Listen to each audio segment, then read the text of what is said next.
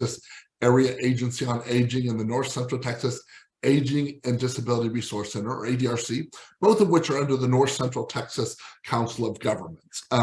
We are once again very blessed to have our partners at the James L. West Center and Jamie Cobb Tinsley here to talk about vascular dementia, stroke, depression, and how they affect the brain.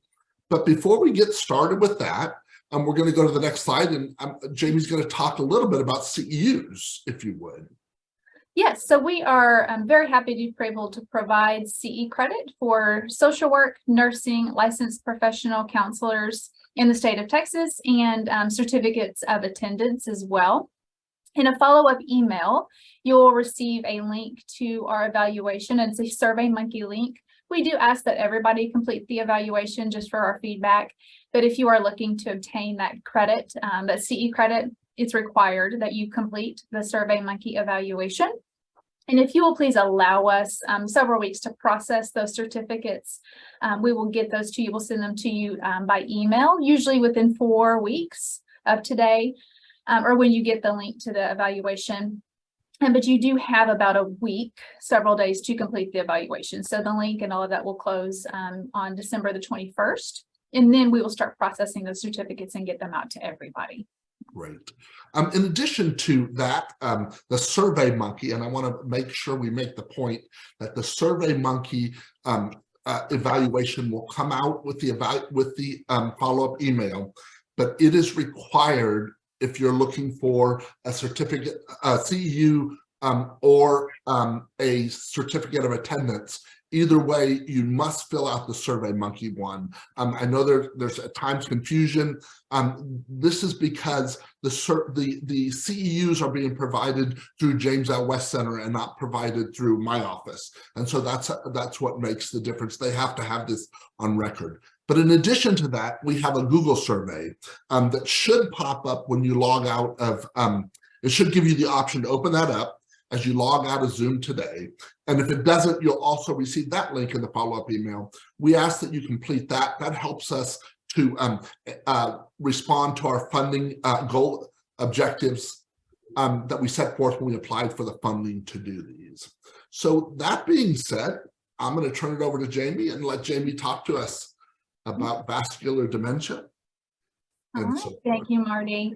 And we're talking about these three things today: vascular dementia, stroke, depression, how they kind of intertwine, but really how do they affect the brain, ways to diagnose them, and prevention, or ways to reduce our risk, and treatment options for that. I will say I am with the James L. West Center, and we are a long-term care community here in Fort Worth, Texas, and we serve persons impacted by dementia. And that's all persons, whether it's the one with diagnosis, their family, their caregiver, those that love them, and those that work for them, or work with them, I should say, as well. And we do that through a variety of services: residential respite day program, short-term rehab coming soon, but of course our education, which y'all are taking a part of today, and we're proud to provide that. Just some information about me. I've been with the West Center for almost 11 years, but been working with persons with dementia and their families for over 17 years. And I love what I do. I just have, of course, my professional experience with persons with dementia, but I also have personal experience as well with some grandparents, a mother, and hopefully, as my journey in life continues, I would like to say personally that's where it's going to end, but we never know by any means. So I understand for those that you are loving people that have dementia, I have both ties to that. Some objectives that we're going to get through today, a lot we're going to talk about, and hopefully there's plenty of time at the end to answer questions, but please feel free to write in your questions in chat, and we can address those at the end as well. We'll start with vascular dementia, or some people call it vascular cognitive impairment. And this is a type of dementia. So quickly, dementia is that umbrella term. And there's many different types of dementia. There's over 130 different types of dementia. Alzheimer's disease is the most common type of dementia. So we hear those words used interchangeably a lot in Alzheimer's and dementia. Well, Alzheimer's is just one type. It is the most common, but it's one type of it. And then we have vascular dementia. We have Lewy body dementia, frontotemporal, Parkinson's, Huntington's. There's a bunch of different types of dementia, but we're going to particularly focus on that vascular dementia today. We'll talk about stroke and depression and how they all relate to changes that happen in the brain. Because with dementia, any type of dementia, but there is a decline in skills that somebody has. What's causing those decline in skills can come from many different things. It might be vascular dementia, it might be depression, it might be medication interaction, but it's a changing in abilities is what's happening because of the changes that are happening in the brain. When it comes to vascular dementia, this decline in skills or these brain changes that are happening really are caused because of the vascular system. You know, that cardiovascular system, it's that blood flow that gets to the brain. And our brain has to have that blood flow. It needs it to survive, and it needs it to function at its optimal level. So what happens is sometimes people that have vascular dementia, there's a reduction in that blood flow to the brain. And it can happen in various regions of the brain, and it deprives the brain of the blood flow, which that blood flow is carrying oxygen, and it's carrying all the nutrients that the brain needs to survive and, again, thrive, essentially. When it has inadequate blood flow, that's when damage happens. If that, you know, the brain's not getting the nutrients, it's not getting the oxygen, the blood flow that it needs,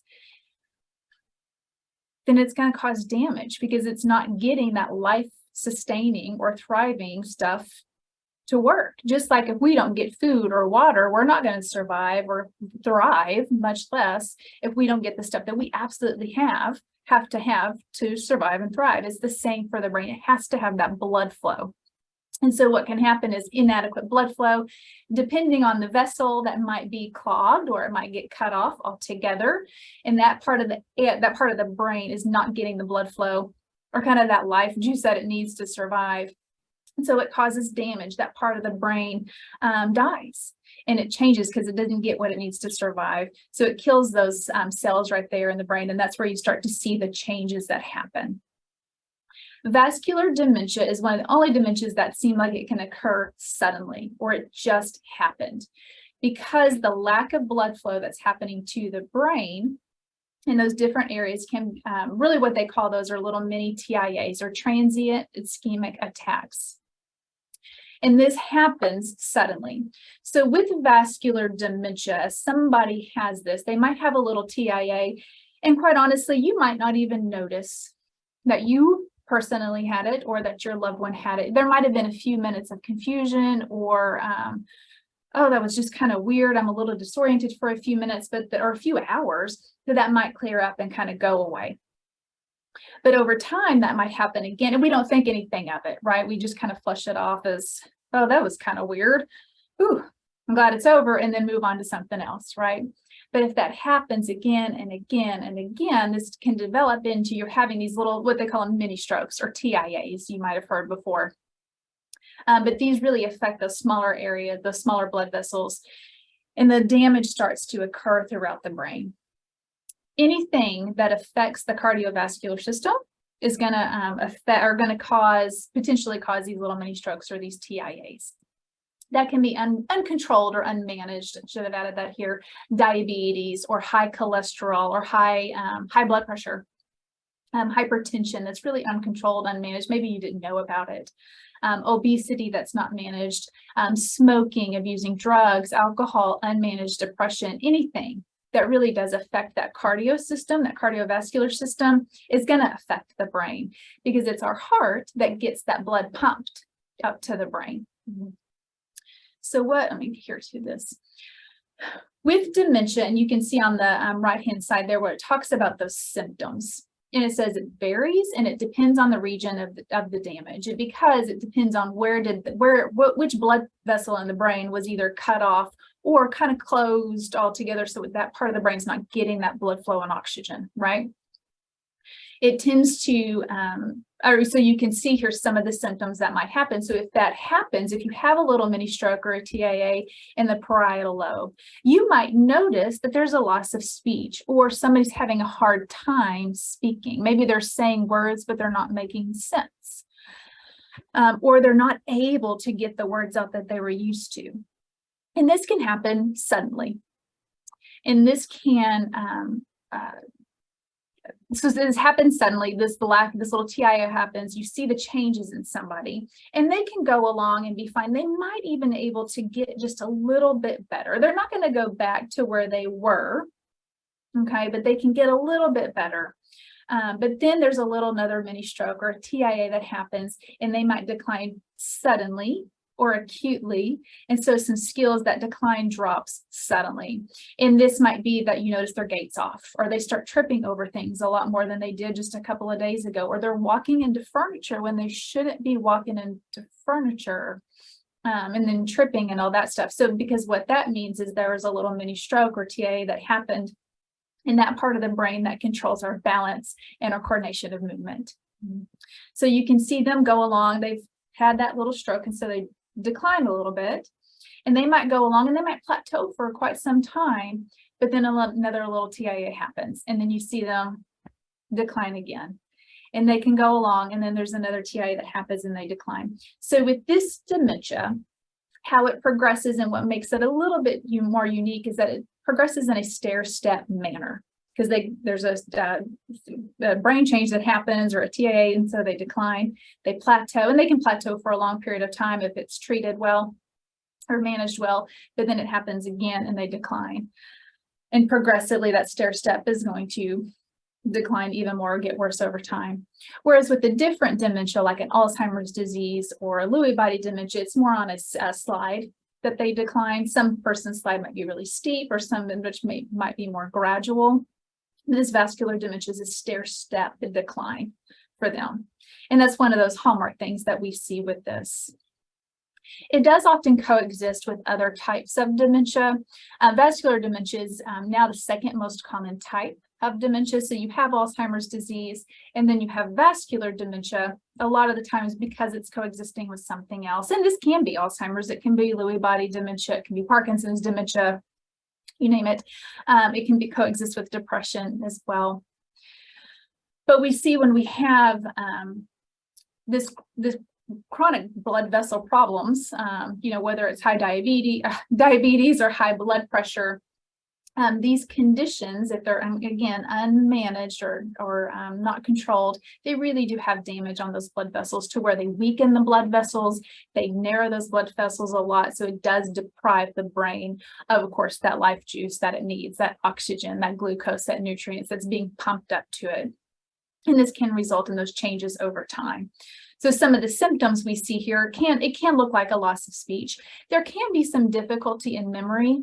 While you may not see that at first, like you would see it with an Alzheimer's disease, you may not see that at first, but eventually it will start to change that area of the brain as well. You can see personality changes or mood changes as well. Confusion, you will generally see. But again, these symptoms can appear suddenly.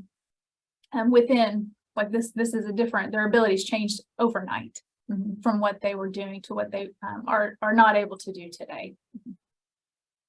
Again, it is the second most common type of dementia.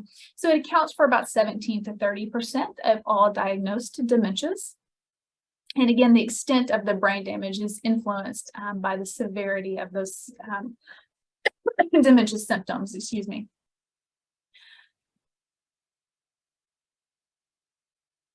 With vascular dementia, we talked about it depends on which area of the brain that's affected where you will see those changes in them. It can be language. It can also be reading or writing. Again, that communication, how they're able to communicate and understand or comprehend communication as well. But again, there are some cognitive abilities that may be relatively unaffected. So it might be that You know, I knew a gentleman that his balance and his gait was severely affected, still able to walk on his own, but very unsteady, tripped a lot, couldn't catch himself if he started to fall, with all that stuff, and had a lot more confusion that he normally would have had. But his memory was pretty good. I mean, it was relatively unaffected. His ability to communicate verbally like he always had was relatively unaffected for a really long period of time. His ability to do his activities of daily living unaffected outside of that movement with his 2 feet and his gait, right? But those were the things, those were the cognitive functions that affected him the most. As his vascular dementia progressed, we saw different changes and they would come on suddenly. So I remember it did start off with a gait and tripping issue with him and falling a lot more often. And then after a while, there was some more just confusion about time and place. He could be easily reoriented if we did it respectfully, but confused about that and confused about some people as well. And then one week we saw that his communication changed quite a bit. So we knew with this particular gentleman who had been diagnosed, and we were watching that his vascular dementia had declined. So he had another step in his progression. And we saw that because of the changes that happen in those communication abilities. We had to work around with, you know, how he can still communicate and use how he was still able to communicate really more through nonverbal communication, expressions and things like that. But his ability to use words changed, and it changed pretty severely over a couple of days because of the little mini stroke that happened in his brain. And as he progressed, those changes all progressed with him too. This is the one dementia that we do have some control, either over developing or also kind of maintaining or plateauing where we're at. Because we know that this dementia starts in that cardiovascular system. So if I know ways to protect my heart and make sure that my heart's working well and it's, you know, it's beating enough so it's getting the blood throughout my entire body, but particularly up to my brain, I know the ways to take care of that, then I can help this dementia, right? This is good exercise, daily exercise, aerobic exercise. We'll talk more about that. But of course, good diet choices, really managing and maintaining and knowing if I have some other coexisting conditions, like I know I have diabetes and I know I need to manage it and I know how to do that and I'm doing it very well. I'm staying in good contact with my doctor. We're a good team on this because I want to make sure that's managed. I keep track of my blood pressure on a regular basis, my cholesterol levels. You know, I know all of these things. I'm taking the medications that are prescribed and I'm taking them in the way that I'm supposed to be taking them. Everything that's going to help the heart is automatically going to help the brain. So adversely, I know if there are things that are not good for my heart, they're not going to be good for my brain. And of course, tobacco products are one of those, right? We need to stop smoking. We know that's bad for our heart and our brain and everything else within our system or in our body.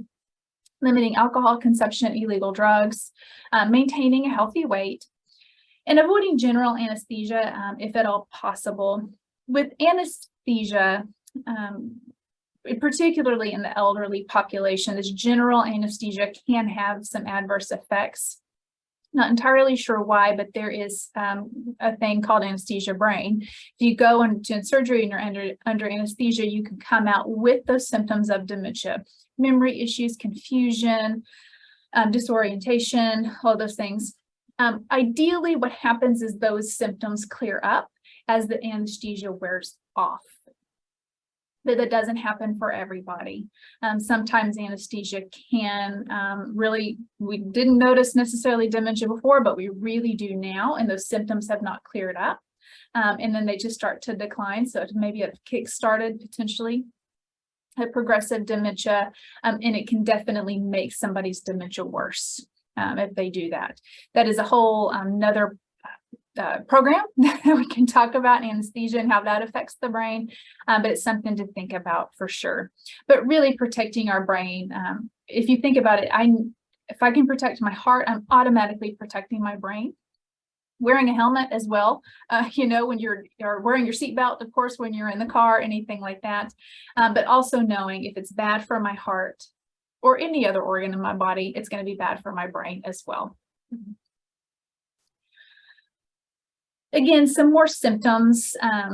You know, in the earlier stages of this disease, we might notice the problems with thinking, some confusion. You might notice a difficulty with making decisions and following a series of steps. So it might be anything from something small like making a cup of coffee and following the steps to do that.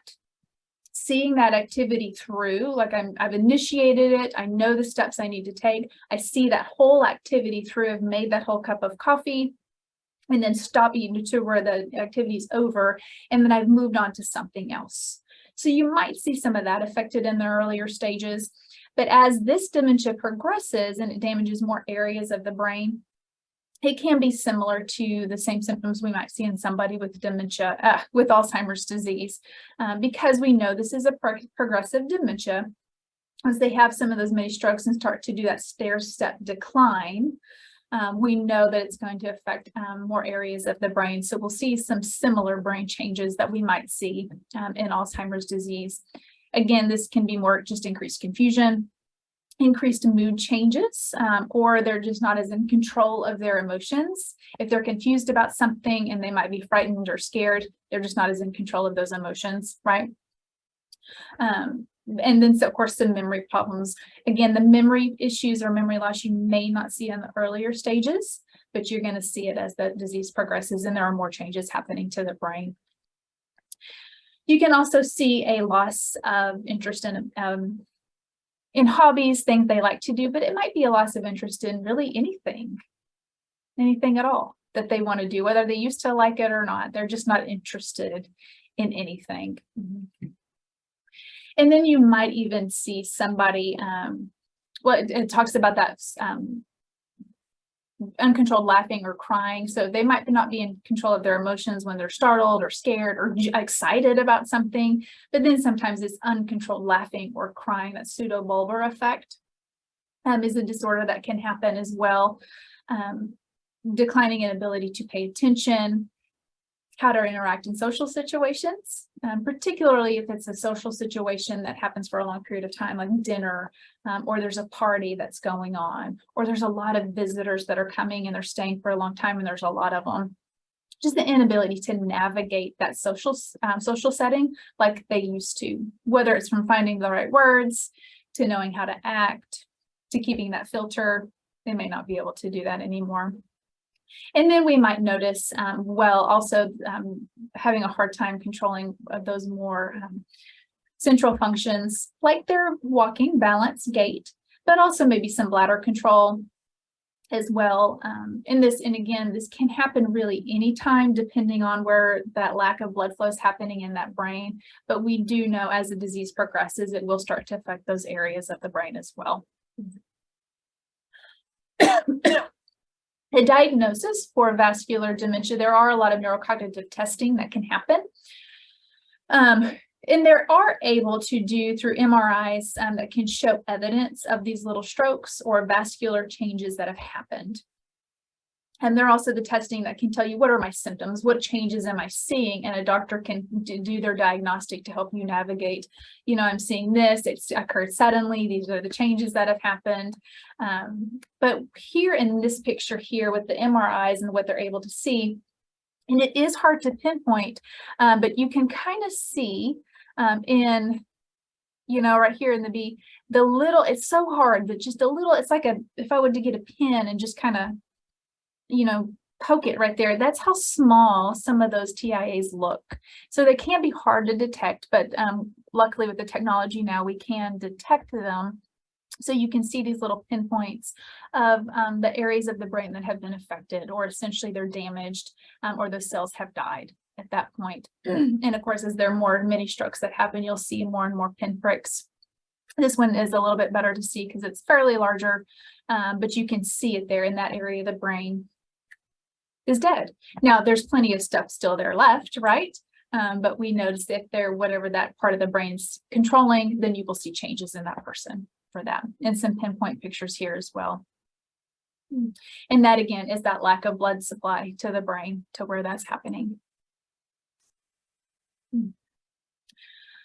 So according to our healthgrades.com, the life expectancy, if developed before the age of 65, is 3 years for somebody that has vascular dementia, excuse me. If you developed it after the age of 65, it's 5 years.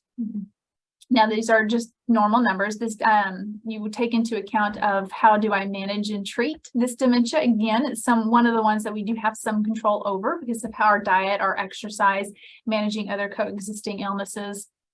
But we do know it's common for persons with vascular dementia to have a larger stroke or a heart attack that they may pass away from. And life expectancy is lower than other dementias, mostly because there's an underlying issue that caused that. Diabetes, hypertension, high cholesterol. So they have some other coexisting illnesses that are taxing on the body and brain as well. There are several approved drugs that are specific to Alzheimer's dementia. There are medications that can help treat the symptoms of this disease. This is, we don't have a medication that we can give that will cure it, stop it, reverse it, but we do have medications that can help treat the symptoms of it. And then the big thing is controlling those risk factors. What I'm managing any other coexisting illnesses, and I'm making those positive lifestyle choices. And this can really help improve the outcomes of this disease for an individual. It can postpone, it can prevent further decline, depending on, of course, the individual and their situation, but knowing that we do have a little bit more control over this particular dementia. So we'll watch this short video that kind of summarizes this from the Alzheimer's Society. What is vascular dementia? Vascular dementia is the second most common type of dementia. It is caused by problems with the blood supply to the brain. Nerve cells require oxygen and nutrients to survive. Without them, they will become damaged or die. Cells are provided with oxygen and nutrients by a network of blood vessels in the brain. When the blood supply to the brain is interrupted, for example by a sudden blockage or a leak, this is called a stroke. A stroke can cause significant damage to parts of the brain. When the parts of the brain responsible for memory, thinking, or language are damaged in this way, a person will have difficulty remembering things, thinking, or speaking. These are all symptoms of vascular dementia. Sometimes, a single large stroke is enough to cause the symptoms of dementia. This is known as post-stroke dementia. This scan shows damage to the brain of someone with post-stroke dementia. In other cases, a person may experience a series of smaller strokes that gradually cause damage. This is known as multi-infarct dementia. Following a stroke, a person's symptoms may remain constant for a while. Then, if the person has another stroke, they may notice a sudden worsening of symptoms. This is known as a step-like progression. Small vessel disease is where there is a narrowing of the blood vessels deep in the brain. Small vessel disease is the most common cause of vascular dementia. As the narrowing affects more small blood vessels and more of the brain becomes damaged, the person will experience a gradual loss of abilities. Usually, people with small vessel disease notice a slowing of thinking and problem solving. For example, taking longer to think of a word and write it down. Evidence suggests that lifestyle factors that promote a healthy blood supply, such as regular exercise, not smoking, and eating a healthy diet, could help to reduce the risk of vascular dementia. There is currently no cure for vascular dementia. However, by controlling underlying cardiovascular diseases which affect the blood supply, such as high blood pressure, high cholesterol, and heart disease, it may be possible to slow down the progression of the condition. Vascular dementia will affect people differently, depending on the parts of the brain that are affected. However, a common symptom is having problems with planning and organising, or with concentrating. It can help to break complex tasks down into smaller steps and to make sure that environments are not too busy or noisy.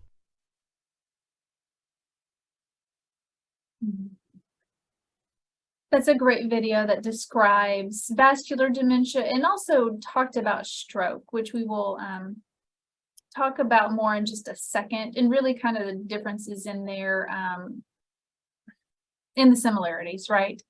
But we do know that people with vascular dementia, as we've talked about, that it's progressive, it can stair step, but then you can plateau depending on the treatments that you do and those lifestyle choices, and really looking at it, any type of dementia, but this, how do I have and enhance that quality of life with this? And there's a variety of ways or therapies to do this. Physical therapy is a great one. Because there's still that procedural memory, or, most likely procedural memory. There's muscle memory that can help with that gait. It can help with risk reduction or reduce your risk for falls. It can help improve circulation within your whole body. Of course, the circulation of those blood vessels. So we're getting that circulation and that blood back up to our brain, which is what we want, what we need. Helps with the balance, the flexibility, the strength, everything. But there's also a lot of cognitive thinking that goes along in physical therapy as well. Occupational therapy, and this really, it helps us maintain for as long as we possibly can the existing abilities we still have.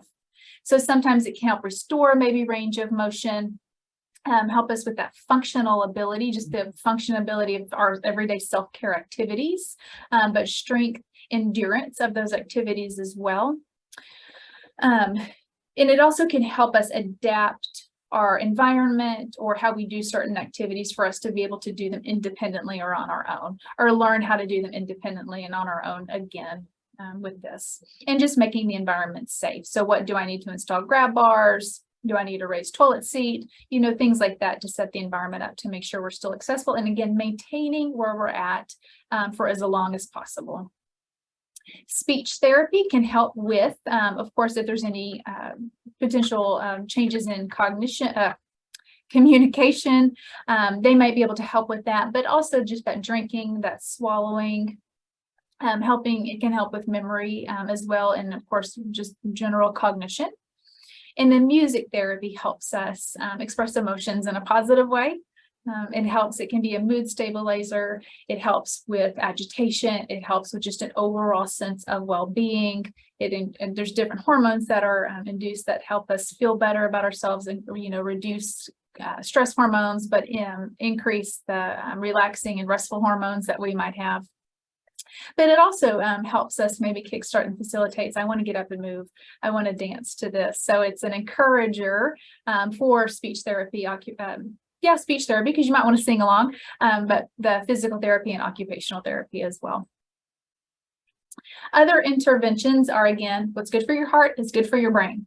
So what's bad for your heart is what's bad for your brain as well.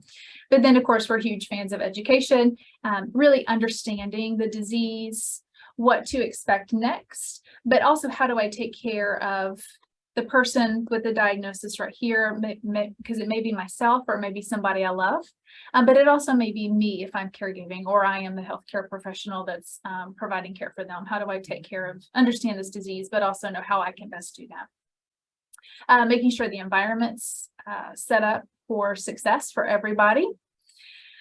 Of course, adequate rest, not being confrontational, particularly if they're going through therapy, making sure there's times for, learning curve. There's times for we're going to introduce these new grab bars into our routine, and it's using them, it's getting used to them, and it's making them part of our life now. Flexibility, compassion, and then redirecting if we need to. The 4 best ways to redirect or distract somebody with dementia, of course, there's food, the sweeter the better, music, animals, and children. Yeah. And then how we can help is really continue to educate, build your skills in that particular dementia or particular illness or disease that the person you're caregiving for, so that disease. But again, really, how do I enhance quality of life? How can I focus on what still remains, what's really most important here. Being flexible with them, what their abilities are, and that they're changing abilities, that they are changing abilities, and that we've got to meet them where they're at, whether it's physically, mentally, emotionally, cognitively, because we're healthy enough to do that, meet them where they're at, and know, practice that self-care, of course, and compassion. And somebody with dementia, they're not giving you a hard time, they're having a hard time. So keeping that in mind, as we are loving and caring for these individuals. Here's a list of resources that can help with education, learning more, building your skills in this. Of course, you'll get a copy of this slide, so you'll have this information at the end as well. Some more resources for vascular dementia, but also we're about to talk about stroke and depression as well, and these are all great resources for that too. So stroke. So we have vascular dementia, which I talked about there. It can also be called vascular cognitive impairment, that multi-FARC dementia that the video mentioned. But there can also be the TIAs, the mini strokes that are happening. But then there's a stroke, the big stroke that we generally think of, that somebody loses their part of their face droops, they lose part of their abilities on one side of their body. And this really is when there is a blood supply, a big vessel in the blood vessel in the brain that is cut off suddenly. So, and it says vascular dementia is most often caused by many strokes, but not everyone that has a stroke will develop dementia. So this stroke, there's two main causes of a stroke, and this, strokes are a little bit more complicated than this, or complex, I should say, than this. But there are really kind of essentially two main categories of strokes. There is the ischemic, which is that blocked artery, where those TIAs or those little mini strokes would fall under. So that artery is blocked off either by a clot, or that blood vessel is so clogged up, it's narrowed up so that that blood flow is not able to get through it, or very, very little of it is to be able to get through it. So that area of the brain's not getting the blood flow, oxygen, nutrients that it needs. So you have that ischemic type of stroke. And then you have the hemorrhagic type of stroke, where there is a leaking blood vessel or it's burst altogether. And you can see the images there. The one on the left is the hemorrhagic stroke, and the one on the right is the ischemic. But then stroke, we think of stroke is, again, it depends on part of the brain that's affected, but what we generally see of those symptoms are paralysis, numbness, the face, one side of the face, they lose muscle control, so the face droops or looks uneven. Maybe even one side of their body, the arms are not in control of that arm anymore, they've lost that muscle movement in there. The slurred speech for that, there might be some confusion, memory loss, difficulty in thinking, emotional problems or mood problems might come up. They're having trouble seeing. They might say, gosh, I have one of the worst headaches I've ever had. And I have this real metallic taste as well. Of course, they can have trouble walking and swallowing as well. So we have this acronym here, FAST, because strokes, a big stroke like this there are treatments if we get them in time. Time is of the essence when you're seeing these changes happen in somebody, to make sure we get the right treatment for them. That diagnosis can be a physical exam, can be a CT, an MRI, and an ultrasound to see where that blood vessel is being cut off or it's hemorrhaging, right? So they can go in and the doctors can go in and do their treatments, hopefully in a timely manner if we get there. Prevention for this, again, has a lot to do with the same preventions we would do for vascular dementia, but for cardiovascular, right? So diet, aerobic exercise, controlling and managing any other conditions, diabetes, high cholesterol, hypertension, not using any tobacco products or illicit drugs. And then treating sleep apnea is one with this, also, of course, for vascular dementia. Making sure that if you are having problems, you're waking up and you just continue to feel really tired, really talking to a doctor about maybe I'm having some trouble sleeping and I'm not aware of it. If I'm stuck, because sleep apnea is the time of night, or there are periods of time where you stop breathing. And of course, if I'm stopped breathing, then that means I'm not getting oxygen into my system at all, but I'm certainly not getting up to my brain. because I'm not breathing. So I'm not getting that oxygen in there. And of course, if we're not getting oxygen, then our brain and our body is not able to function. So really asking a doctor if you're concerned about what is sleep apnea and is it something I should be concerned of, because these are the symptoms I'm having. Some treatments they can do are certain medications that can help dissolve clots that, of course, clots can fill up and block those arteries or really close them off. Okay, so if we have some anticoagulants that can help with that.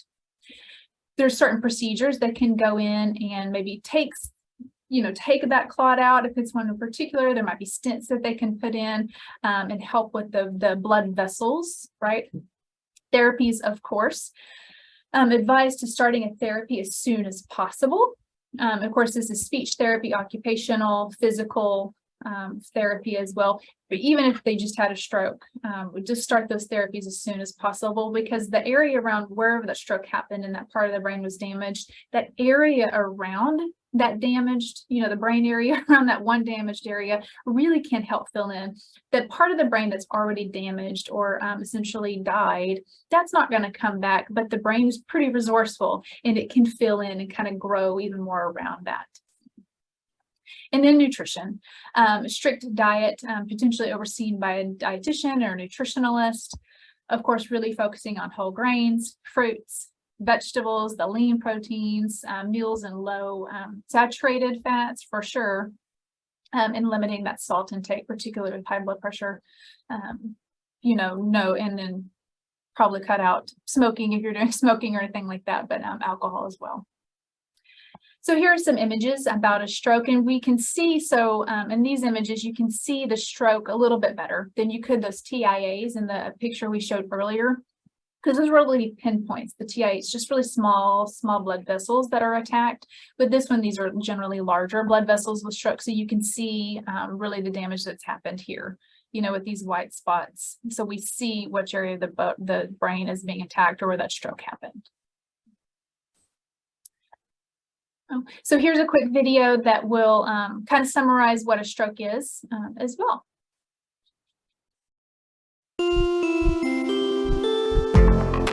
A stroke is when the blood supply to part of your brain is cut off. This can cause your brain cells to become damaged or die. A stroke can happen to anyone, and there are two main types. The most common is an ischemic stroke, which happens when a blood vessel in the brain becomes narrowed and a blood clot forms, causing a blockage. Sometimes this blockage is only temporary. This is a transient ischemic attack, or TIA, and is often called a mini-stroke. A TIA may feel like a funny turn, as you may experience slurred speech or confusion for a short time, and then go back to feeling well again. The other main type of stroke is a hemorrhagic stroke. This happens when a blood vessel ruptures, causing a bleed in the brain, permanently damaging the surrounding brain cells. Risk of stroke is increased by an irregular heart rhythm, called atrial fibrillation, or having risk factors such as being older, having high cholesterol, high blood pressure, diabetes, smoking, or being overweight. Penny was at home when suddenly her face dropped on one side. She was unable to raise both of her arms, and her speech became slurred. Her husband immediately called 999. At the hospital, doctors gave Penny a clot-busting drug to break down the clot in her brain. Some people may have an emergency thrombectomy, a procedure to remove the clot completely, or another treatment to try and restore blood flow to the brain. The treatment given will depend on the type of stroke you've had. After her stroke, Penny's family noticed mood and personality changes, and she wasn't able to do as much as before. Depending on the area of the brain that is damaged and how quickly they receive treatment, people may also experience memory loss, tiredness, difficulty swallowing, muscle weakness on one side, or problems communicating. These can be permanent, but many improve over time. Following a period of rehabilitation in hospital, Penny made some lifestyle changes to continue her recovery and reduce her risk of suffering another stroke in the future. Whilst the effects of a stroke can be devastating, if you act fast, and get the treatment you need immediately, this gives you the best chance of making a recovery and getting back to a normal life. More information on strokes can be found at bhf.org.uk/stroke. BHF. Beat heartbreak from stroke. Beat heartbreak forever. So that video obviously came from the UK. Here in the States, you can call 911. And then everywhere else, I hope you know your emergency number to call. But it is important to review that and to know, to really act fast on those. So we'll talk about depression and dementia. Dementia and depression are closely linked, and there really are still a lot of research and studies going on to really understand the link between depression and dementia. But there are studies that suggest that having depression that goes untreated earlier in life, that you are raising your risk factor for developing dementia in later life. But it also suggests that depression can be a symptom of dementia, particularly in the earlier stages of dementia. And I would, this is not a clinical, description of this, but I would say, particularly with depression, I think if anybody's asked about depression, no matter your age or illness that you might be living with, I think it goes underreported for most people, particularly here in the States. So I think there's a higher prevalence of it for people that have dementia and they're not able to communicate it as well, or people really, we don't understand it as well, or I don't see my symptoms as depressive symptoms because there's a lack of understanding about it. But also I think it's just underreported. But depression can also, or there's a lot of overlapping symptoms between depression and dementia.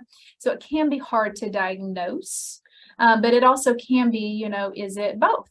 Right? Is somebody living with both depression and dementia? I think a lot of people, particularly in the early stages, those that have dementia also have depression, but people in late stage dementia can also have depression as well. And depression and anxiety are the most common mood disorders in the United States. About 1/3 of those suffering, or only about 1/3 of those suffering from depression receive treatment. So not only is it extremely common, most people aren't getting treatment for it for a variety of reasons. But what we do know is that depression can change the brain. So can anxiety, that can cause brain changes.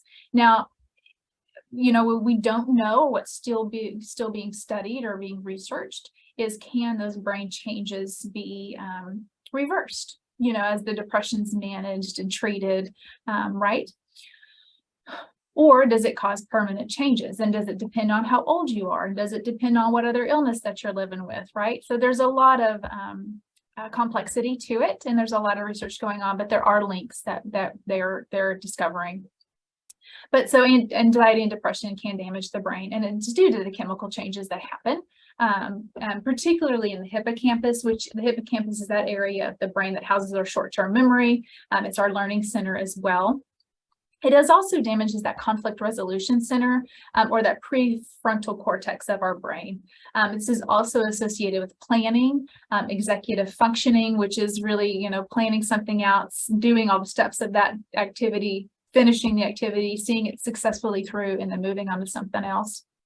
And if anybody has ever struggled with or lived with depression, that kind of can make sense, because, if I'm in a bout of depression, it is hard for me to get through activities, and I can't quite put words together onto why. It's just hard, but it has to do with the chemical changes that are happening. There is a vascular depression hypothesis. So the vascular and the hypothesis is that vascular lesions on the brain can appear due to untreated depression. So there are lesions on the brain, and vascular lesions will appear if there's this untreated depression, or depression goes unmanaged for a long period of time in someone's life. And that's a hypothesis that's been around for a while, that of course they're still studying. And depression it's a common, right? And it's a very serious medical illness that really negatively affects how somebody feels, how you think, and how you act. So it's not a physical thing, but it's a feeling and a think, and how we think, and of course how we behave, the choices that we make, decisions we make. The good thing is to know that depression and anxiety are treatable. You know, it may cause feelings of sadness, you know, a lack of interest, not motivated to do anything, maybe don't care to do anything, but even things that I once enjoyed. It can lead to a variety, of course, of mental and emotional problems, but also eventually physical problems as well. It starts to impact somebody physically, and can really decrease somebody's ability to function over time, whether it's at work or it's at home. And this, of course, is individualistic, but we'll see that more or talk about it more. The percentage of persons 18 and over, and these are 2021, 22 statistics from the CDC website, but a percentage of adults aged 18 and older with regular feelings of depression is almost 5%. You know, and I think, you know, it's only 5%, but that's really kind of a large. And like I said earlier, I truly think that it's underreported, these feelings of sadness, loss, and depression.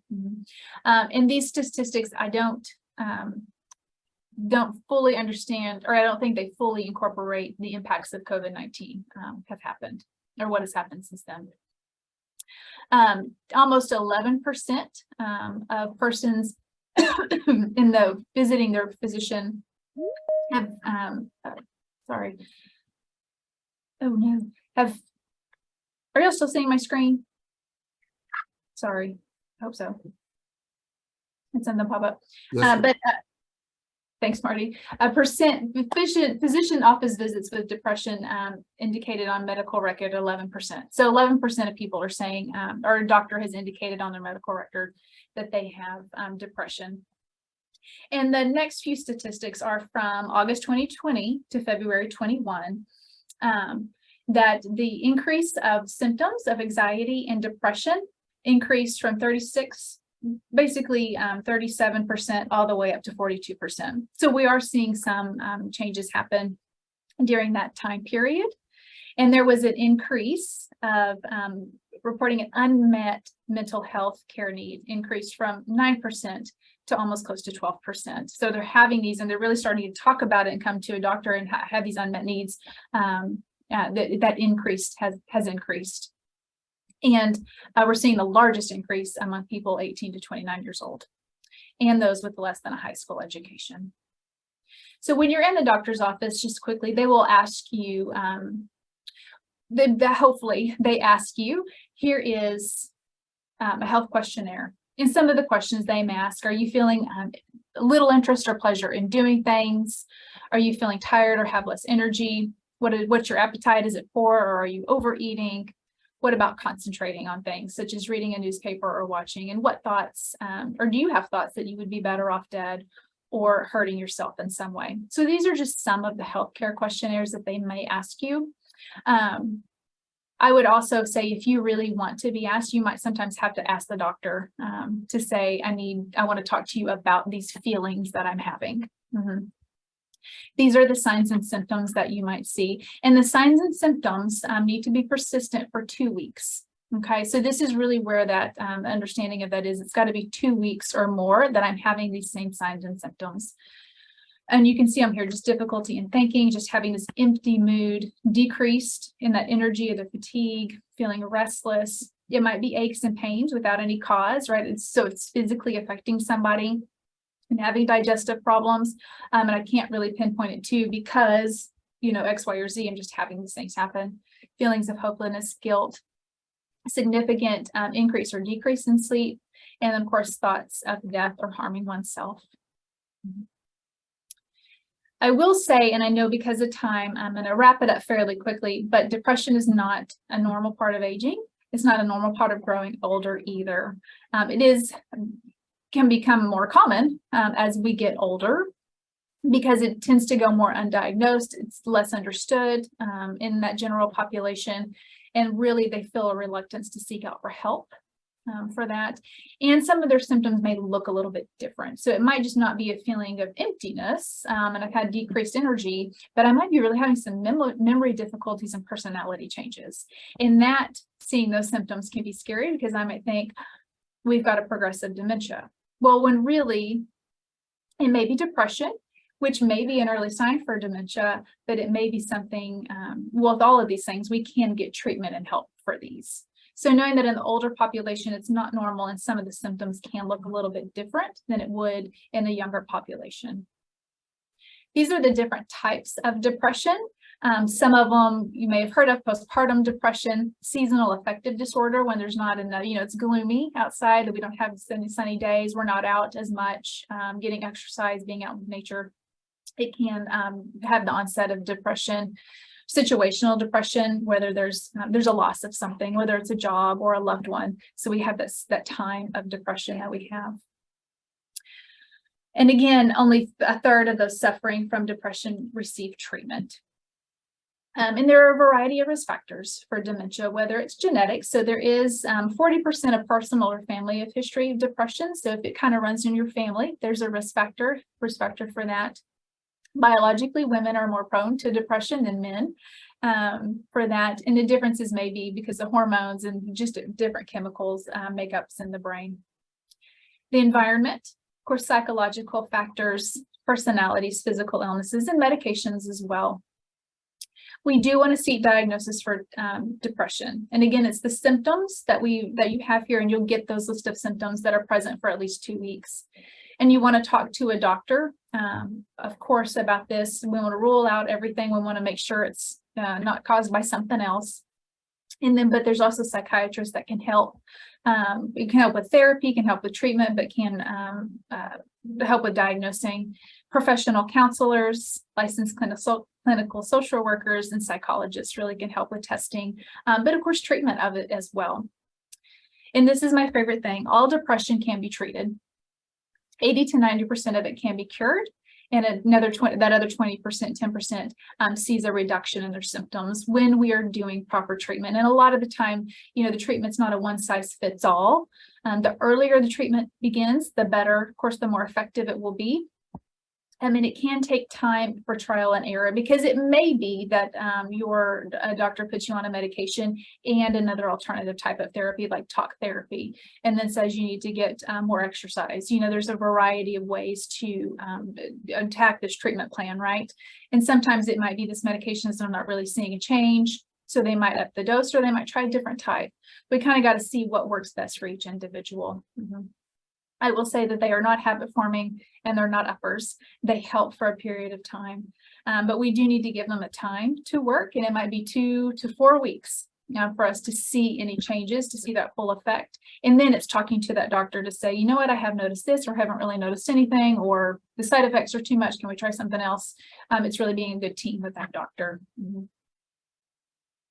And this is more about talk therapy, because again, most of the time people will be giving you treatment options of, let's try this medication along with a type of therapy, whether it's cognitive behavioral therapy, problem solving therapy, interpersonal therapy. There's tons of different types of therapy that you can try, that you can work through and walk through it. Cognitive behavioral therapy, I think, is one of the more common ones that are done, or that interpersonal therapy, and that's working with a trusted counselor to help you to recognize coping skills within yourself, and maybe why some of the ways you're feeling why you're feeling some of the ways you feel.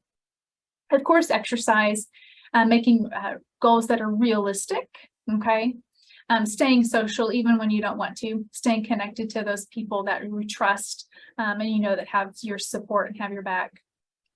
Getting, of course, and this is also making those good lifestyle choices. So exercising, eating right, getting good sleep, avoiding self-medicating with alcohol, drugs, tobacco, and then just learn about depression. Maybe join a support group as well. It's, like we'd said, it's a common it is the most common mood disorder in the States, and again, I think it's underreported. So I think a lot of people, there's more people out there than that can help support and really understand what you're going through. But I will say, if you talk to somebody who's depressed, we offer understanding, we sit with them, we listen. Never ignore their comments, particularly if they are about suicide or thoughts of harm or hurt, or hurting themselves. And then really just include them, invite them to go out on walks, call them up, stay in touch with them, encourage them to talk to a doctor, take them to the doctor, make sure they have the transportation to make those appointments, right? And help them adhere to that treatment plan. And here are a list of resources for particularly there's that National Suicide Prevention Hotline, and then others resources that are particular or specific to depression. And this is just the last slide here, a graphic about depression and dementia. So it talks about how depression affects the brain. So you might see that it's there, that it can cause some vascular disease, right? There's alterations in nerve growth. There's inflammatory changes that happen. It can increase amyloid plaques inside the brain. And again, this is unmanaged, untreated depression for a long period of time. And because this does cause changes in the brain that can, if they're not treated or they're not addressed, it can cause dementia. And then again, the research studying, they're showing that it might be a prodromal or an early symptom or to dementia as well. So a lot of just studies that are out there. This is our information and the reminder about our CE credits. I'll go over, why don't I go over the CEU credits where you look at what's out there. It starts at around 217. There's a bunch of comments and questions out there. So, and I know we've kind of run to the end of the time. So for those of you that are joining us today for CEUs or for certificates of attendance, James at Western is providing the CEUs today for licensed nurses, social workers, and LPCs in the state of Texas. They're also offering certificates of attendance. I usually say in mine, and Jamie can confirm this, but I usually say you're more than welcome to get a certificate if you have a license outside of Texas or a different license in Texas. I know I've had people tell me that their jurisdictions have taken them, but that is totally up to them. We make no guarantees of that, but you're more than welcome to go through the process and get the certificate and try that. In order to get a certificate, you must have completed the entire webinar, but you must also complete the SurveyMonkey evaluation. The SurveyMonkey evaluation will go out in the follow-up email that I send out for this training. And please note, there's two of them. There's a SurveyMonkey and the Google survey.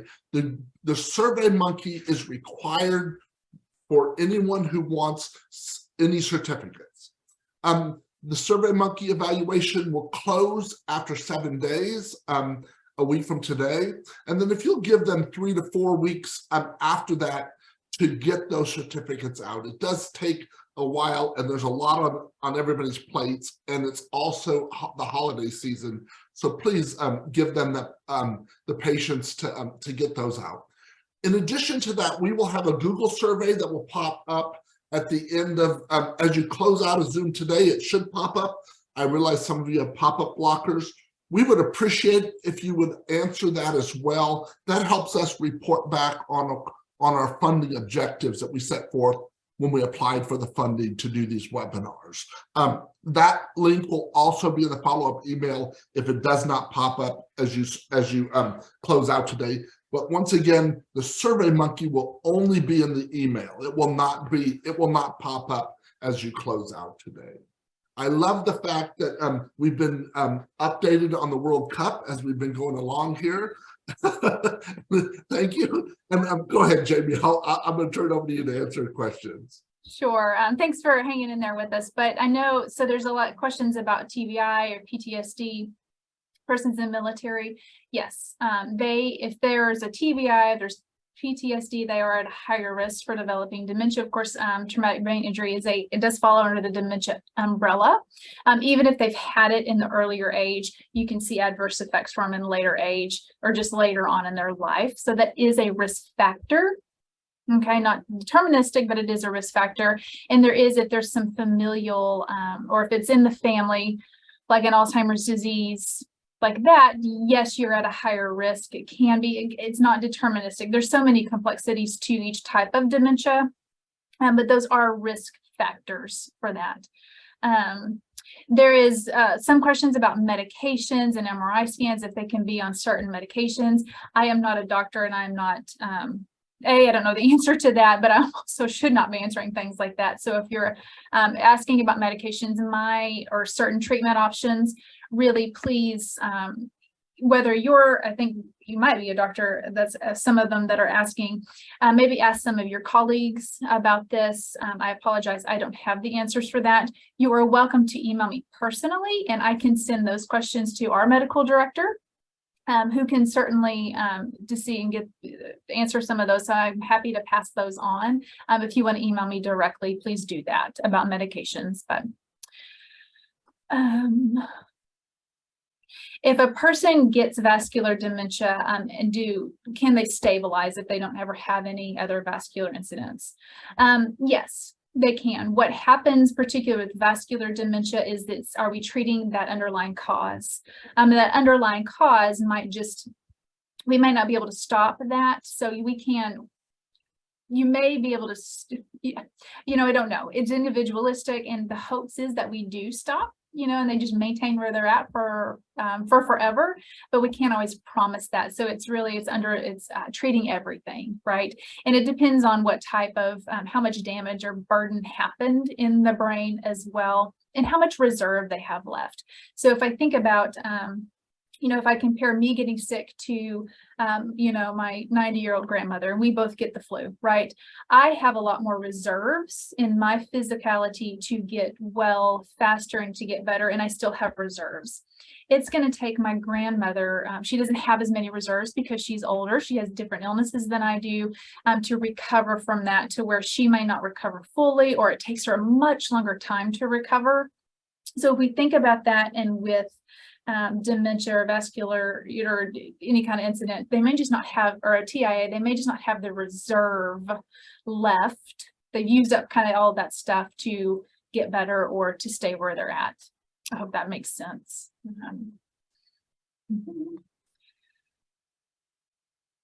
As far as being tested or monitoring the decline for somebody, I think it's really, you talk about, depends on what else coexisting illness they're living with. I would say yearly at least, but also I'm not a doctor, right? And then you want to talk to your doctor and say, well, why do you recommend 2 years later? Or should we consider more? Or even, I've noticed changes in the last 6 months. Can we come in and get another treatment, even though we're not scheduled for another year? So it's really kind of staying up in that. Just you being the advocate for your loved one, but also asking the question of the doctor, well, why are we waiting 2 more years? Because they might just not be able to, or we might not understand why they're waiting 2 years, but they have a good reason for it. Jamie, can I get you just to advance the slide once more, so that's sitting up there? Yep. That's great. No problem. Thank you. Yes. Yeah. So, I do want to say, while you're looking through that, we do record these. And we will process the recording. It will be uploaded to our YouTube channel, and we will be sending out that link in a second follow-up email to you all. And that email will also have the link to the slides as well. So just so you know, you will be getting the recording of this and the slides. Perfect. And I noticed somebody mentioned that their mother does some programs online with the Dementia Friendly Fort Worth group. And that's a great way to get socialization, cognitive stimulation, all that stuff, for even though it's online, it's activities for persons with dementia, even though it's online, they're still getting the benefits of that activity. And of course, if it's online, anybody can do it, right? So we can maybe send out the information about that too. And I did say, the best way to redirect or distract somebody is with sweets, music, children, and pets. And I did say the sweeter, the better. Generally, who doesn't love sweet? Who doesn't love a cookie or a brownie or something, So I will say, if you're thinking about, well, what about, we're talking about all this heart health and you just promoted sweets, right? There's the time and a place. So there's a lot of great sugar-free options out there, because I said we might want to manage diabetes, right? Really good sugar-free options out there, or something that maybe it's more organic or all that. But then sometimes in the moment, it's a quality of life thing. You kind of weigh the risks and benefits of that. So, and TIA stands for transient ischemic attack. Oh, you already answered that. There's so many things. I'm afraid I'm not going to get to anything. I'm happy to stay on as long as as long as we answer questions. Marty, I know it's your. I'm fine with, if you're okay, I'm fine. If not, we can have people email them. That's up to you. Right. Okay. I just wanted to be respectful of your time. The hard part is that in long-term care, we usually admit residents when they're further along in dementia. We don't have a great understanding of the normal person pre-dementia that allows us to better understand.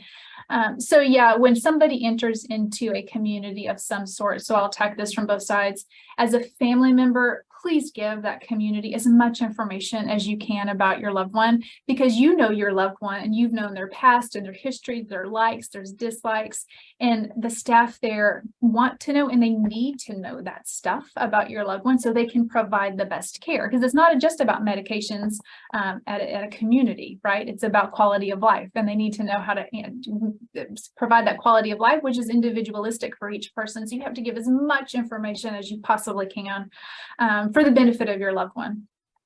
On the facility side, this is also the opportunity. Ask them, you know, how can, because you're learning and getting to know that person from where they are now, right? So it's just creating that relationship and developing that relationship the best way you can with them now, from where they are now, dementia and all, right? So it's asking them and getting to know them and not being afraid to get to know them. But, you know, it takes both, right? It takes both the family and the community. What kind of help can we give to a senior with depression who lives alone?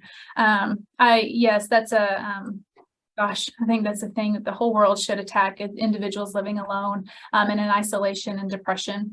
And I would really say, reach out to those community-based organizations, call your area agency on aging and ask them, you know, I see living alone, my mom does, I'm far away, shouldn't have interaction, or my neighbor's here alone. What organizations are out there, what programs are out there that can help? There's several programs that they can reach out, whether it's phone calls that they have volunteers that call, if somebody comes in and checks out. That would be my first thing, is call and ask around, are there programs or organizations addressing this that are local to you? And I would start maybe with your area agency on aging with that, because they're out there, we just kind of got to find them, you know. Do we have resources for elderly support groups that address depression? Again, I would reach out to your area agency on aging. I know, Marty, do you have a program particularly local? You know what? We have a toll-free number in Texas that will get you to any of the aging and disability resource centers, and they all have service navigators that can help you find those in whatever area you're in. That phone number will be in the follow-up email. It's an 855 number. I will have that in the follow-up email. You can call that and they can help find those resources depending on where you live in Texas. If you live outside of Texas, I'm not quite sure, but I know they can help you inside Texas. Right, yeah. And somebody had mentioned there's a companionship care program. And so depression in somebody that's older, that's left untreated, it does increase your risk for dementia. That's what the research is saying. But then it also says that person is refusing supports. And that's kind of the rub, because it's hard to get somebody with depression to get support and resources, right?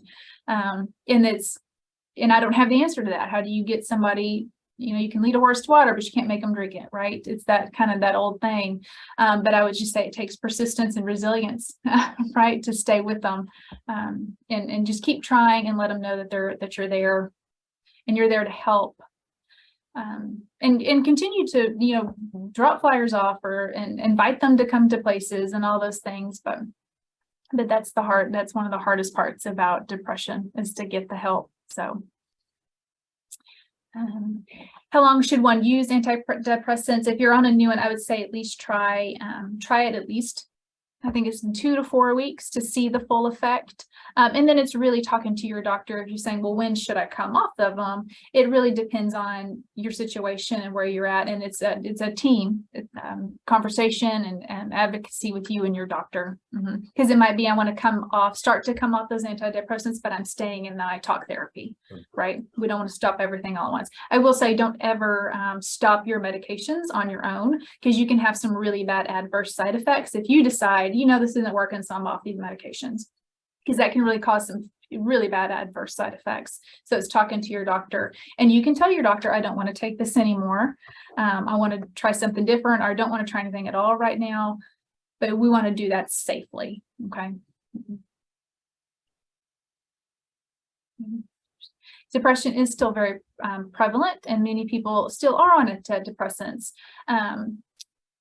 Do antidepressants help in prevention of dementia? I don't know the answer to that, whether they prevent it or not. It's just helping somebody maybe reduce their risk because they're treating a potential risk factor for dementia, if that makes sense. I do know that HHSC in Texas, Health and Human Services, they are actually hiring additional experts on mental health because of the mental health crisis that continues to exist post-COVID. It's huge. Yeah, absolutely. And as they probably should hire a whole bunch. And I imagine over the next several years, we're going to learn a lot more about mental health, which is good, unfortunate, but good. But so, if you have a blood relative with dementia, is it wise to get DNA tested yourself to see if you have the genes that show up that might develop later? It's a personal choice if you want to get tested for that. I would say if it's something you want to do, ask yourself why you really want to do it. Do you really want to know? Those tests, if you have a gene, it says that most of the genes are risk factor genes. They're not deterministic genes. So I would say if it does come up and you do have that particular gene that increases your risk for dementia, it doesn't mean that you're going to get it. It just means your risk is increased. So, I would say if you do that, I would also have a counselor that you can talk through that with, because that can be news. But also to say, let's say you get this test done and you don't have this gene that's in the family, it doesn't mean that you're not going to get it either. That's the complexity about this disease. Okay. And also be aware of, if you have this test done, some insurances may not accept you in the future. Yeah, just kind of what it is. And I would also be very selective on who you get the test from if you decide to do it. I wouldn't necessarily fully trust like a 23andMe testing site. I would go through a doctor that or a referral from them. I know I'm reading through these very quickly, so I apologize if I might skip over something. And again, there's some questions about medications and certain treatments that I just don't have the answers to when it comes to the clinical side of it. But again, feel free to email me and I can pass it on to our medical director and help maybe get some of those answers. So, is neuropsych testing recommended for those that have been exposed? I've been exposed to what? I am not sure. To COVID? I don't know. With neuropsych testing, I think it just needs to be indicated that there's a need for neuropsych testing. And a doctor can tell you if it's indicated. They'll know, here are the symptoms, here's what we lived with, here's what we're exposed to. And they can say, we do recommend this and we don't. And they have their reasons why. Sometimes just unnecessary tests are not effective. It's just not necessary for some reason. It can be cost effective or cost adverse. It can be hard on the healthcare system, and it's something that's not needed until a doctor can say, yeah, this particular symptom or what you're talking about now does indicate a need for this particular type of testing. So it's really just asking your doctor about that. And then if you don't like the answer, or you need to ask them, can you please explain more why or why not you've ordered this test, or why you won't order a test. The Musical Memory Singers in Pantego, Texas that's a fun group. I've heard a lot about them through several different family caregivers. So if you're close by, I know that's a great socialization and cognitive and music therapy benefit for people with dementia and their families. Yeah, I appreciate everybody's.